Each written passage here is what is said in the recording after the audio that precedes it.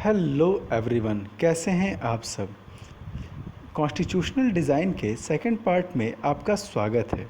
Last part में हमने यह जानने की कोशिश की थी कि साउथ अफ्रीका की कंटेम्प्रेरी सिचुएशन क्या थी जिस समय अपार्टहाइड सिस्टम था, नेल्सन मंडेला ने कैसे लड़ाई लड़ी और कैसे साउथ अफ्रीका एक रेनबो कंट्री बना। एडिशनली उस वीडियो में हमने ये जानने की कोशिश की थी कॉन्स्टिट्यूशन क्या है और क्यों इम्पॉर्टेंट है। आज हम ये देखेंगे कि इंडियन कॉन्स्टिट्यूशन कैसे बना और इंडियन कॉन्स्टिट्यूशन के पीछे क्या सेंट्रल आइडियाज़ थे। तो आइए वीडियो शुरुआत करते हैं। वीडियो का हर पहलू ध्यान से देखिएगा क्योंकि इसमें कई ऐसे की कॉन्सेप्ट होंगे जो बहुत छोटे छोटे रेफरेंस के तौर पे आएंगे, लेकिन वो एग्ज़ाम पर्पज़ से तो इम्पॉर्टेंट है ही। स्पेशली जो है फर्दर जब आप कॉम्पिटिटिव एग्ज़ाम्स के लिए तैयारी करते, खासकर सिविल सर्विसेज के लिए, तो वहाँ पर भी बहुत काम आते हैं। तो आराम चलते हैं अपने टॉपिक पे, मेकिंग ऑफ इंडियन कॉन्स्टिट्यूशन। जिस समय इंडियन कॉन्स्टिट्यूशन बन रहा था वो वक्त जो है इंडिया के लिए भी बहुत ही क्रिटिकल था। क्यों क्रिटिकल था? एक तो हमारे पास गुलामी का एक लंबा इतिहास था और देश आज़ाद होने जा रहा है जिसके सामने कई तरह के चैलेंजेज हैं। ठीक है, अब सबसे बड़ा चैलेंज क्या था? देश भर में दंगे भड़के पड़े, चूँकि इंडिया पाकिस्तान जो है डिवाइड हो चुके हैं और इसके कारण क्या हो रहा है कि लाखों की संख्या में जो लगभग 10 लाख लोग मारे गए। ये सरकारी आंकड़े हैं। एडिशनली एक्चुअल में कितने मरे भगवान जानता है। और जो है कई लाख लोग जो है पाकिस्तान से इंडिया की ओर आते हैं। तो पहली चीज़, देश भर में लॉ एंड ऑर्डर ख़त्म हो गई है। जो अंग्रेज़ हैं वो देश छोड़ के भागने की फिराक में हैं कि साहब जितना बटोर सकते हो बटोरो और यहाँ से निकलो। दूसरी ओर जो इंडियन लीडर्स हैं, इंडियन जो एडमिनिस्ट्रेटर्स हैं, वो बेहद लो लेवल पे हैं और अचानक से उनको बहुत तेज़ी से प्रमोशन दे करके टॉप पोस्ट दे दी गई। था क्या कि अंग्रेज़ों के टाइम तक इंडियंस को बहुत जो है टॉप लेवल डेजिग्नेशन दी नहीं जाती थी। ठीक है, और अब क्या हो रहा है, जब अंग्रेज जाने लग रहे हैं तो सारी पोस्ट जो है इंडियंस को देने जाने लगे। तो इनके लिए भी चीज़ें मुश्किल थी कि कैसे चीज़ों को मैनेज करेंगे। ठीक है, तीसरी चीज़, लाखों की संख्या में लोग मारे गए और जो है नए लोग जो है क्या कहते हैं इंडिया में आ गए, तो उनको बैलेंस करना है।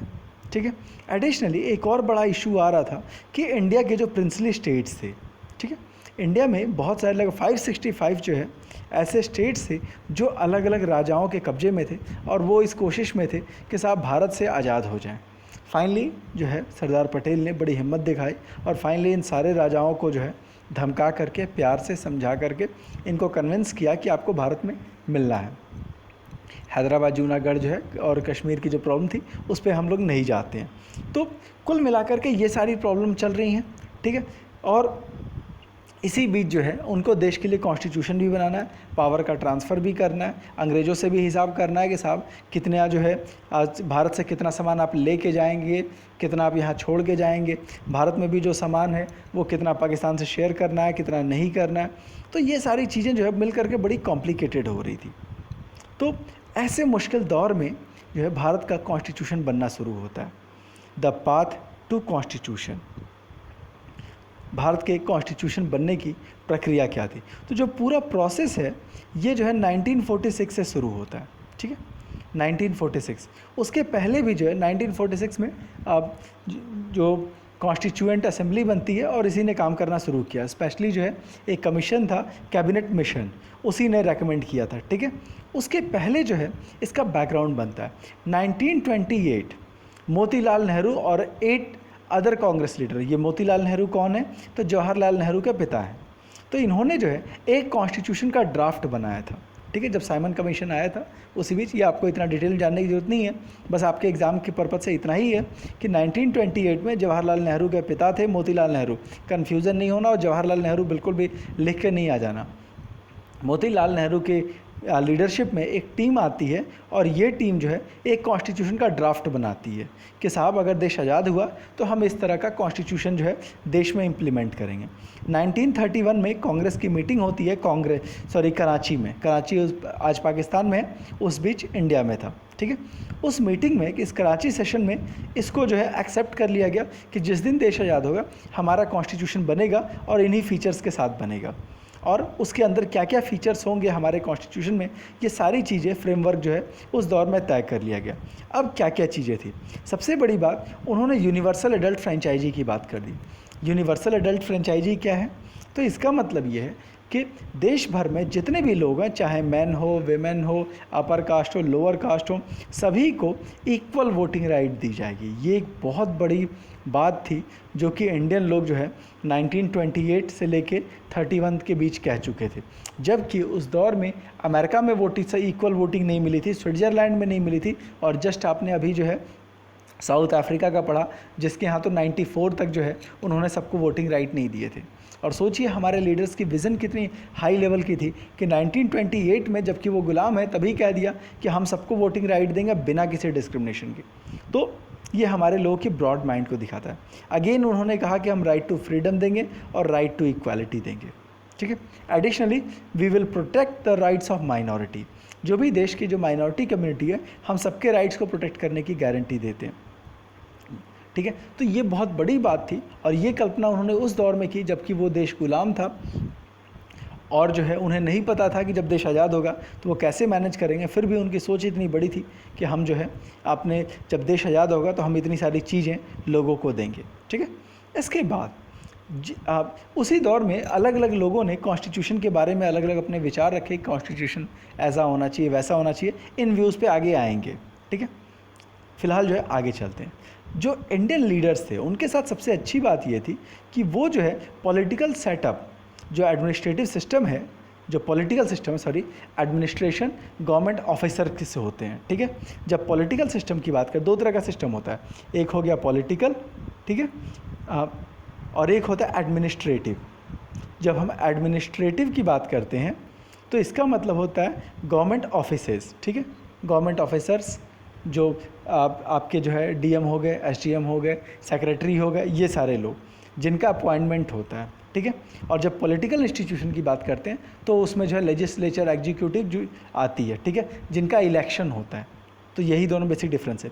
तो जो इंडियन लीडर्स के साथ सबसे अच्छी बात क्या थी कि वो लोग जो है पॉलिटिकल इंस्टीट्यूशन को अच्छे से समझते थे। क्यों? क्योंकि हमें पता है, हम जो है नॉर्मली ये जानते हैं कि हमारे पास कॉन्स्टिट्यूशन 1950 में आया, बट उसके पहले अंग्रेज लोग भारत में 3 जो है छोटे छोटे कॉन्स्टिट्यूशन लॉन्च कर चुके थे। एक्चुअल में देश गुलाम था इसलिए उसको एक्ट बोलते थे, ठीक है, एक्ट बोलते थे। जब देश आज़ाद हुआ तो फिर इस तरह के प्रोविजंस को कॉन्स्टिट्यूशन बोला है। कब कब लॉन्च हुआ? तो पहला जो लॉन्च हुआ 1909 में, फिर लॉन्च हुआ 1919 में, और जो है इसके पहले जो लॉन्च हुआ जस्ट 1935 में। तो इस तीनों ही सिस्टम में इलेक्शंस हो रहे थे, लीडर्स चुने जा रहे थे, ठीक है, और हर बार जो है थोड़ी जो है वोटिंग परसेंटेज बढ़ा दी गई। जैसे 1909 में वोटिंग परसेंट जो है मुश्किल से 2-3% थी, 1919 में थोड़ा और बढ़ा दी गई, 1935 में सबसे ज़्यादा बढ़ाई गई, तब भी जो है वो 10% से कम थी, तब भी वो 10 से कम थी, ठीक है। तो सवाल ये है, जब ये कॉन्स्टिट्यूशन बना के ही रखे थे अंग्रेज तो इंडियन कॉन्स्टिट्यूशन की ज़रूरत क्या थी? एक्चुअल में था क्या कि उन्होंने जो है इंडिया को एक गवर्निंग सिस्टम में बांधा तो था, बट एक्चुअल पावर उसमें सिर्फ और सिर्फ ब्रिटिशर्स के हाथ में थी और इंडियन लीडर्स के पास सिर्फ नाम के लिए पावर्स थी। दैट्स वाई इंडियन लीडर्स जो है इतना फाइट करते हैं और देश को आज़ाद करा करके अपना कॉन्स्टिट्यूशन बनाने की बात करते हैं, ठीक है। अगेन एक चीज़ और याद रखिएगा, 1909, 19 या फिर जो है 35 वाले को एक्ट बोलते हैं, कॉन्स्टिट्यूशन नहीं बोलते हैं। कॉन्स्टिट्यूशन कब बोला जाता है? जब देश आज़ाद होता है और अपने हिसाब से जो है रूल बनाता है। उस कानून को ब्रिटिशर्स ने बनाया था, इंडियंस ने नहीं बनाया था। लंदन में बैठ करके उन लोगों ने आपस में डिसाइड किया कि साहब इंडिया में ऐसे ऐसे रूल्स बनेंगे, ठीक है, और उसी हिसाब से उन्होंने प्लान बना लिया, ठीक है। इसीलिए जो है वो सब एक्ट्स थे और ब्रिटिश एक्ट थे, जबकि हमारा जो कॉन्स्टिट्यूशन है उसको इंडियन लोगों ने डिसाइड किया, ठीक है। तो इंडियन लोग जो है ऑलरेडी जो है एक पॉलिटिकल सेटअप में काम कर रहे थे। जो बड़े बड़े लीडर्स थे उनको जो है अच्छे तरीके से पार्लियामेंट क्या है, उसके जो प्रोसीजर्स है वो उनको पता था, और उसके पहले जो है 1937 से वो इलेक्शन में पार्टिसिपेट कर रहे थे। हालांकि उसके पहले भी इलेक्शन हुए थे, बट जो है कांग्रेस की फुल मेजॉरिटी की जो सरकार बनी थी 1937 के बाद से बननी शुरू हुई थी। तो इस तरह से इंडियन लीडर्स को सरकार चलाने और एडमिनिस्ट्रेशन का अनुभव था। यहाँ पर वही है गवर्नमेंट ऑफ इंडिया एक्ट 1935, जिसके बारे में हम ऑलरेडी बता चुके हैं। ठीक है। इसके बाद जो इंडियन लीडर्स थे वो जो है दुनिया के कई और कंट्री से भी इंस्पायर होते हैं। पहली चीज़, इंडिया का जो करंट जो कॉन्स्टिट्यूशन है उसमें जो मेजर पोर्शन जो है गवर्नमेंट ऑफ इंडिया एक्ट 1935 से लिया गया। ये याद रखना, कई बार एक क्वेश्चन बनता है कि इंडियन कॉन्स्टिट्यूशन का सबसे बड़ा हिस्सा कहाँ से उठाया गया। तो 1935 में ब्रिटिश गवर्नमेंट ने जो कानून बनाया था, गवर्नमेंट ऑफ इंडिया एक्ट 1935, उसका जो है 60 to 80% प्रोविज़न जो है एज इट इज़ वहाँ से उठा लिया गया है। और उस ज़माने में ये दुनिया का सबसे बड़ा कॉन्स्टिट्यूशन था। मज़े की बात ये, ठीक है।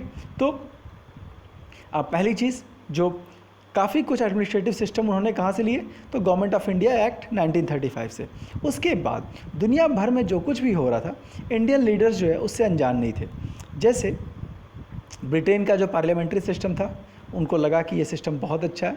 एक्चुअल में इंडियन लीडर्स पार्लियामेंट्री सिस्टम से ज़्यादा परिचित थे, चूँकि ब्रिटेन के गुलाम थे, तो इन्होंने ब्रिटेन से वो अडॉप्ट कर लिया। इसी तरह से अमेरिका में बिल ऑफ राइट्स था, उन्होंने जो है फंडामेंटल राइट्स पे काम किया, तो ये जो है अमेरिका से उठाया। इसी तरह से रशिया में सोशलिस्ट गवर्नमेंट बनी, जो कि क्लास 9 में आपने रशियन रेवोल्यूशन के टाइम पढ़ लिया है, जिसके तहत ये कहा गया सॉरी कि हमारी जो सरकार है, रशिया में जो सरकार थी, उसने कहा कि हम जो है इस देश के जो सबसे लोअर क्लास है, सबसे जो वीकर सेक्शन है, हम उनकी बेहतरी के लिए काम करेंगे। तो ये आइडिया भी जो है इंडियन लीडर्स ने अपने कॉन्स्टिट्यूशन में अडॉप्ट किया कि हमारी जो सरकार होगी वो जो है सोशलिस्ट आइडियोलॉजी पे काम करेगी, समाज की भलाई के लिए काम करेगी, ना कि इंडिविजुअल के लिए। एक छूट गया फ्रेंच रेवोल्यूशन। फ्रेंच रेवोल्यूशन के जो बेसिक फ़िलासफी थी, लिबर्टी, इक्वालिटी, फ्रैटर्निटी, तो ये आइडियाज़ भी इंडियन कॉन्स्टिट्यूशन में इन्वॉल्व हुए। तो और भी बहुत सारे थे, आयरलैंड से लिया, जर्मनी से लिया, अलग अलग कंट्री से बहुत सारी चीज़ें उन्होंने उठाई हैं। लेकिन स्पेशली जो है यहाँ पर जिनका रेफरेंस हमें मिल रहा है, तो बेसिकली मोस्ट ऑफ प्रोविज़न उठाए कहाँ से, 1935 एक्ट से। इसके बाद French revolution, Russian revolution, American war of independence और ब्रिटिश पार्लियामेंट्री सिस्टम, यहाँ से उठाया, ठीक है। तो इस तरह से दुनिया भर में उन्होंने दुनिया भर के कॉन्स्टिट्यूशन को स्टडी किया। कुछ हिस्सा साउथ अफ्रीका से उठाया, आयरलैंड से उठाया, अलग अलग जगहों से, जहाँ जिनके कॉन्स्टिट्यूशन में जो कुछ भी अच्छा लगा वो सारी चीज़ वो इंडिया ले करके आया। यही वजह है हमारा कॉन्स्टिट्यूशन जो है दुनिया के बेहतरीन कॉन्स्टिट्यूशन में से एक कहा जाता है, ठीक है। तो जहाँ से ऐसा नहीं था वो कटपेश था, वो बस अच्छी चीज़ों का कलेक्शन था और उसको इंडियन कॉन्टेक्स्ट में उसका मॉडिफिकेशन था। इंडियन लीडर्स ने चीज़ों को एज इट इज़ नहीं उठाया। जैसे यूरोप में सेकुलर का कॉन्सेप्ट है, ठीक है, तो सेकुलरिज्म कुछ, इंडियन सेकुलरिज्म आपने पहले भी पढ़ा हुआ है 8 में कि इंडियन सेकुलरिज्म जो है वेस्टर्न सेकुलरिज्म से अलग है। यूरोप से हमने सेकुलर का कॉन्सेप्ट तो उठाया, लेकिन उसको मॉडिफाई किया। क्या मॉडिफाई किया कि यूरोप का सेकुलर सिस्टम ये कहता है कि हम किसी भी मामले में, राज्य जो सरकार है वो किसी भी सूरत में जो है रिलीजियस मामलों में इंटरफेयर नहीं करेगी। इंडियन गवर्नमेंट क्या कहती है या इंडियन कॉन्स्टिट्यूशन क्या कहता है कि हम जो है नॉर्मली जो है रिलीजियस मामलों में इंटरफेयर नहीं करेंगे, हर एक को अपना धर्म फॉलो करने की इजाज़त होगी। बट इन दैट सिचुएशन कि अगर कोई धर्म अपने लोगों के साथ भेदभाव करता है तो उस केस में गवर्नमेंट उस रिलीजन के इंटरनल मैटर में इंटरफेयर करेगी। 2 एग्जांपल देता हूँ। जिस समय देश आज़ाद हुआ उस समय तक देश में अनटचेबिलिटी बहुत ज़्यादा मानी जाती थी। लोग जो है आप कहते थे कि तुम लोअर कास्ट के हो तो हम आपसे जो है तुम मुझसे टच मत होना, ठीक है। तो जैसे ही देश आज़ाद होता है इमीडिएट एक लॉ पास किया जाता है और ये फंडामेंटल राइट्स में भी है कि अनटचेबिलिटी को बैन कर दिया गया। इट मीन्स कि अगर आप किसी के साथ इस तरह से छुआछूत का भेदभाव करते हो तो सरकार जेल भेज देगी। सिमिलरली अभी हाल में ही जो है ट्रिपल तलाक का जो लॉ पास हुआ, ठीक है, उसमें भी जो है यही कहानी थी कि जो मुस्लिम सोसाइटीज़ में जो मेल थे उनको जो है हाथ में एक पावर थी कि सोते जागते सपने में व्हाट्सएप पे कभी गलती से भी मुंह से तलाक तलाक तलाक निकल गया तो उनकी शादी टूट जाती थी, ठीक है। और ये इतना गंदा था कि अगर जो है आप उसका अगर मान लो गलती से तलाक हो भी गया और आप अपनी वाइफ के पास वापस आना चाहते हो तो आप ऐसे नहीं आ सकते थे। अब उसका रूल ये था कि आपकी वाइफ को दूसरे किसी के साथ शादी करनी पड़ेगी, 1 महीना उसके साथ रहना पड़ेगा, उसके बाद अगर वो तलाक देगा तब आप अपनी वाइफ से शादी कर सकते हो। तो ये जो है एक डिस्क्रिमिनेटरी लॉ था। इसके लिए गवर्नमेंट ऑफ इंडिया ने इस्लामिक लॉज में इंटरफेयर किया और उसको चेंज कर दिया। इस तरह का जो है चेंजिंग जो है यूरोप नहीं कर सकता, क्योंकि उनका सेकुलरिज्म साफ साफ कहता है कि हम धर्म के इंटरनल मैटर में इंटरफेयर नहीं करेंगे। तो इस तरह से ये एक एग्जाम्पल था, आपके एग्जाम पर्पज से तो इम्पॉर्टेंट नहीं है बट फिर भी जानना ज़रूरी है। इसीलिए कहा था ना यहाँ पे ऐसी बहुत सारी चीज़ें मिलेगी जो आपको सिविल सर्विसेज तक काम आएंगी, वो सिर्फ यहाँ के एग्ज़ाम के लिए इम्पॉर्टेंट नहीं है। इसीलिए कहा पूरा वीडियो देखिए, अच्छे से देखिए। तो जो है हमने ये देखा कि हमने जो है सिर्फ जो है दूसरे की लोगों की चीज़ों को कॉपी नहीं किया है, अपने हिसाब से मॉडिफाई किया। Next topic is constituent assembly. Constituent assembly क्या थी? तो बेसिकली ये वो असेंबली थी जिसने कॉन्स्टिट्यूशन बनाया। सीधी सी बात है, कॉन्स्टिट्यूशन बनाना था तो उसको बनाने के लिए लोग चाहिए थे। तो 1946 का जो इलेक्शन हुआ था उसी बेस पर जो है कॉन्स्टिट्यूएंट असेंबली बना ली गई। ठीक है, जुलाई 1906 में। पहली जो मीटिंग होती है वो दिसंबर 1946 में होती है, लगभग 9 दिसंबर 1946 की डेट थी जिसमें जो है मीटिंग शुरू होती है। लेकिन जैसे ही मीटिंग शुरू हुई, लीग वाले हल्ला मचाना शुरू किया, मुस्लिम लीग जो थी, कि साहब हमको अलग कंट्री चाहिए, अलग कंट्री चाहिए। और इसी झगड़े के कारण 6 महीने कामकाज बड़ा गड़बड़ चलता रहा और फाइनली जो है अगस्त 1947 आते आते इंडिया पाक डिवाइड हो जाते हैं। इसके आगे क्या होता है? उसके बाद जो है असेंबली में सिर्फ 299 मेंबर होते हैं। पहले जो है शायद 356 के आसपास मेंबर थे। जब पाकिस्तान डिवाइड हो जाता है तो वहाँ के मेंबर चले जाते हैं और इंडिया के लिए सिर्फ 299 मेंबर बचते हैं, जिनका काम था देश के लिए संविधान बनाना।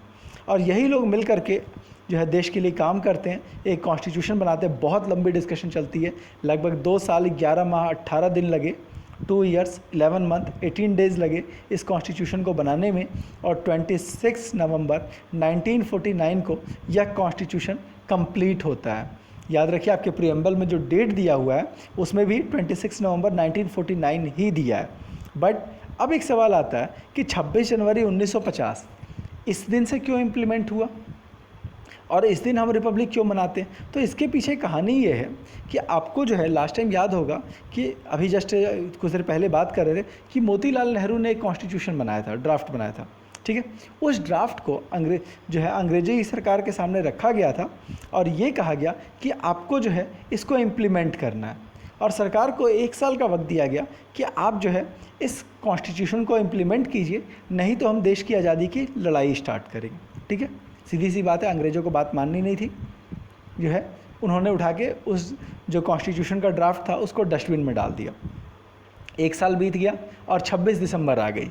26 दिसंबर को फिर 1 महीने का अल्टीमेटम दिया गया, कहा कि 1 महीना हम और वेट करते हैं और जो है अगर आपने जो है हमारी बात नहीं मानी तो हम आज़ादी की लड़ाई शुरू करेंगे। फिर अंग्रेज़ों ने उठा के इस कान से सुना, उस कान से निकाल दिया और फाइनली 26 जनवरी, ठीक है, 1930 को पहली बार कांग्रेस पार्टी ने साफ साफ कहा कि आज से हम देश की आज़ादी की लड़ाई शुरू करते हैं और यहीं से सिविल डिसोबीडियंस मूवमेंट का बेस बनता है। ठीक है, इसके बारे में डिटेल से चर्चा भी होगी जब हम जो है जब आप 10th में जाएंगे और वहाँ पर जो है ये चैप्टर मिलेगा। तो उसी दिन को याद रखने के लिए जो कॉन्स्टिट्यूशन 26 नवंबर को बन चुका था, बावजूद इसके 26 जनवरी तक वेट किया गया और 26 जनवरी को ही हम रिपब्लिक डे मनाते हैं। तो ये भी आपका एक क्वेश्चन बनता है।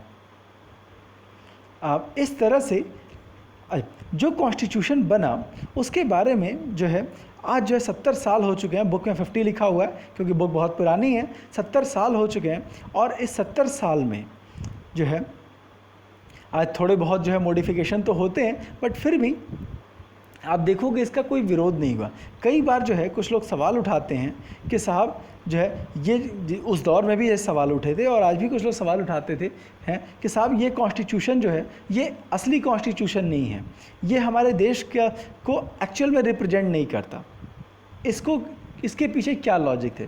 उन्होंने कहा साहब उस दौर में जो वोटिंग परसेंटेज था सिर्फ 10% था, तो वही 10% लोग जो है पूरे देश का फ्यूचर कैसे बता सकते हैं? क्या क्या एलिगेशन लगाए जाते हैं इस कॉन्स्टिट्यूशन के अगेंस्ट, पहले उसको देखते हैं, फिर ये देखेंगे कि कॉन्स्टिट्यूशन हमारा सही क्यों है और जो एलिगेशन लगे हैं वो गलत क्यों हैं। तो पहला क्लेम ये किया गया कि साहब वो तो 10% लोगों ने ही जो है वोट दे करके जिताया था, तो 10% लोगों की बात को 90% पर कैसे इम्प्लीमेंट कर सकते हैं? Number 1 thing. सेकेंड एलिगेशन ये लगाया गया कि साहब इस कॉन्स्टिट्यूएंट असेंबली को बनाने वाले अंग्रेज़ थे, तो और इसके हर चीज़ों पर अंग्रेज़ लोग अपनी सलाह दे रहे थे।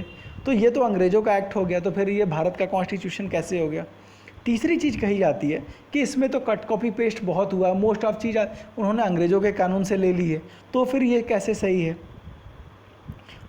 तो ऐसे ऐसे एलिगेशन लगा के ये कहा गया कि साहब ये कॉन्स्टिट्यूशन जो है ये भारत का सही कॉन्स्टिट्यूशन नहीं है, यह भारत की जनता को रिप्रेजेंट नहीं करता। ये एक व्यू है। दूसरा व्यू ये कहता है, जो कि ज़्यादा वैलिड है, कि देखिए साहब एक चीज़ समझिए, कॉन्स्टिट्यूशन जो है सिर्फ एक पेपर का टुकड़ा नहीं है, एक किताब भर नहीं है, यह एक लिविंग थिंग है। 70 साल हो गए इस देश को, और 70 साल में आज तक किसी ने ये नहीं कहा कि कॉन्स्टिट्यूशन चेंज करना है। कुछ प्रोविज़न चेंज करने होते हैं, ये कहा जाता है कि साहब ये रूल जो है अब चेंज करने की ज़रूरत है। जैसे आप ऐसे समझो कि पुराने दौर में आईटी जैसा कुछ था नहीं, ना कंप्यूटर थे, ना इंटरनेट था, ना डाटा शेयरिंग का ये लफड़ा था। तो आज जो है वक्त चूँकि बदल चुका है, तो आज जो है हम अपने डाटा प्राइवेसी की बात करते हैं और कहते हैं इस पर कानून बनाइए। तो ज़रूरत बदली है तो नए कानून बन रहे हैं। सीधी सी बात है, 1950 में कंप्यूटर और इस तरह की प्रॉब्लम्स के बारे में नहीं सोचा जा सकता था। तो हमारे कॉन्स्टिट्यूशन में मॉडिफिकेशन हुए। किसी ने ये नहीं कहा कि हमारा कॉन्स्टिट्यूशन ख़राब है। इट मीन्स कि जनता ने इस कॉन्स्टिट्यूशन को दिल से एक्सेप्ट किया है। तो जब जनता ने एक्सेप्ट किया, इट मीन्स कि ये जनता की फीलिंग्स को रिप्रेजेंट करता है। जबकि आप दुनिया के अलग अलग कंट्रीज़ को देखोगे तो उन्होंने जो है कई बार अपने कॉन्स्टिट्यूशन को रीराइट किया है। इस 70 साल में कई बार अपना कॉन्स्टिट्यूशन को बार बार उनको लिखना पड़ गया। तो इसकी वजह क्या थी कि उनका जो कॉन्स्टिट्यूशन था वो जनता की फीलिंग को रिप्रेजेंट नहीं करता था। ठीक, तो पहला व्यू कैंसिल हो गया। सेकंड जो क्वेश्चन ये कहा गया कि साहब इस पे तो भी पूरा ब्रिटिश फार्मूले पे अपनाया गया। तो अंग्रेज लोगों ने कॉन्स्टिट्यूएंट असेंबली बनाई थी, ये फैक्ट है, लेकिन उन्होंने किसी को फोर्स नहीं किया कि आप ये कानून क्यों बना रहे हो या वो कानून क्यों बना रहे हो। उन्होंने कुछ सजेशंस दिए थे, बट उनको फॉलो करना ना करना वो हमारे लीडर्स की मर्जी थी। तो इस तरह से जो कॉन्स्टिट्यूशन बना वो इंडियन लीडर्स ने बनाया। ठीक है, तो ये दूसरा जो क्लेम था वो भी कैंसिल होता है। तीसरी चीज़ ये कट कॉपी पेस्ट है, उसके बारे में ऑलरेडी बहुत डिस्कस हो चुका है, तो उस पर हम नहीं जाते। चौथी चीज़ ये कही गई कि जो 10% वोटिंग का है, तो ये सच है कि जो है 10% वोटिंग तो थी, बट जो कांग्रेस के जो लीडर्स थे वो खुद ही जो है पूरे भारत को रिप्रेजेंट करते थे। ठीक है, उसमें जो है कांग्रेस अपने आप में एक अम्ब्रेला ऑर्गेनाइजेशन थी जिसके अंदर हर तरह के लोग थे। उसके अंदर हिंदू भी थे, मुस्लिम भी थे, उसके अंदर अपर कास्ट के भी थे, लोअर कास्ट के भी थे, जमींदार भी थे, और भी अलग अलग तरह के लोग थे। एक बार जो है फिर से जो है कॉन्स्टिट्यूएंट असेंबली के जो लीडर्स हैं उनकी जो है पिक्चर्स देखने की कोशिश करते हैं। ऊपर नहीं है, सॉरी, यहाँ से देखते हैं। सरदार वल्लभ भाई पटेल कहाँ से हैं? गुजरात में हैं। ठीक है, काफ़ी आपको एजेड से दिख रहे हैं। अगेन मौलाना Abdul Kalam Azad pure Islamic scholar थे और सऊदी अरब से पढ़ कर के आए थे। इनको एजुकेशन मिनिस्टर बनाया गया था। सरदार पटेल क्या बने थे? तो ये जो है जो वाइस जो है उप प्रधानमंत्री थे, और एडिशनली इनको सबसे बड़ा जो काम मिला था कि प्रिंसली स्टेट को इन्होंने इंटीग्रेट करवाया था।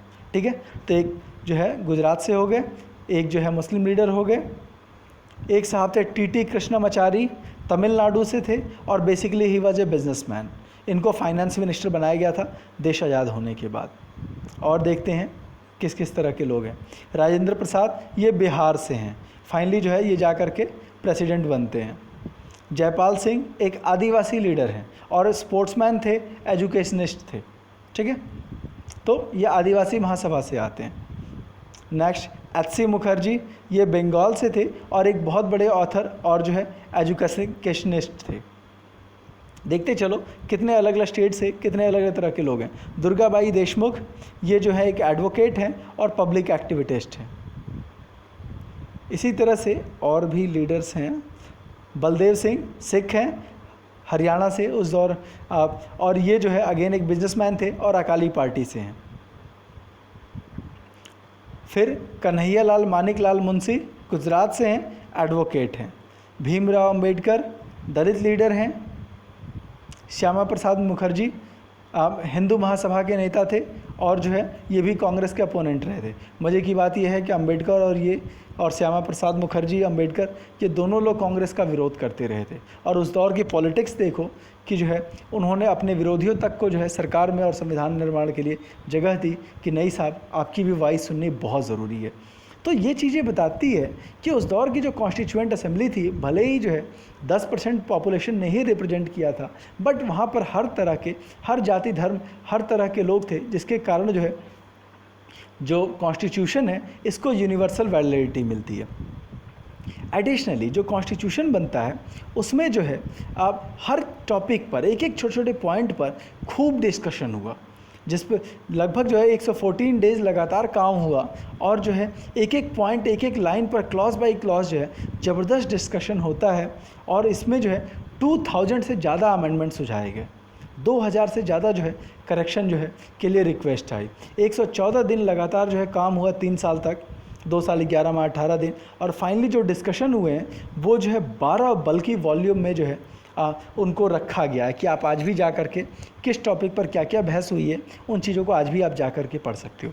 और यही वजह थी कि फाइनली जो हमारा कानून बन कर के आता है, वो कानून जो है जो संविधान बन कर के आता है वो देश के लिए इतना बेहतर कानून बनता है, संविधान बनता है कि वो आज तक उस पर किसी ने कोई क्वेश्चन नहीं उठाया, और आज भी वो दुनिया के बेहतरीन कॉन्स्टिट्यूशन में से एक है। और ऐसी कोई संभावना नहीं दिखती कि जो है इंडियंस कभी ये कहेंगे कि हमें कॉन्स्टिट्यूशन चेंज करने की ज़रूरत है। कानून चेंज होते हैं, कॉन्स्टिट्यूशन के कुछ एक प्रोविज़न चेंज होते हैं, बट कॉन्स्टिट्यूशन जो है चेंज करने की बात आज तक नहीं आई। कुछ पागल लीडर हैं, उनकी बात छोड़ दो, बट जो है जो मोस्ट ऑफ लोग हैं वो ये मानते हैं कि हमारा कॉन्स्टिट्यूशन बेस्ट है। ठीक है, तो इस तरह से आज का वीडियो ख़त्म होता है। बाकी के जो टॉपिक्स हैं वो नेक्स्ट वीडियो में देखेंगे। धन्यवाद, आपका दिन शुभ हो। वीडियो पसंद आएगा तो लाइक, सब्सक्राइब और शेयर ज़रूर कीजिएगा।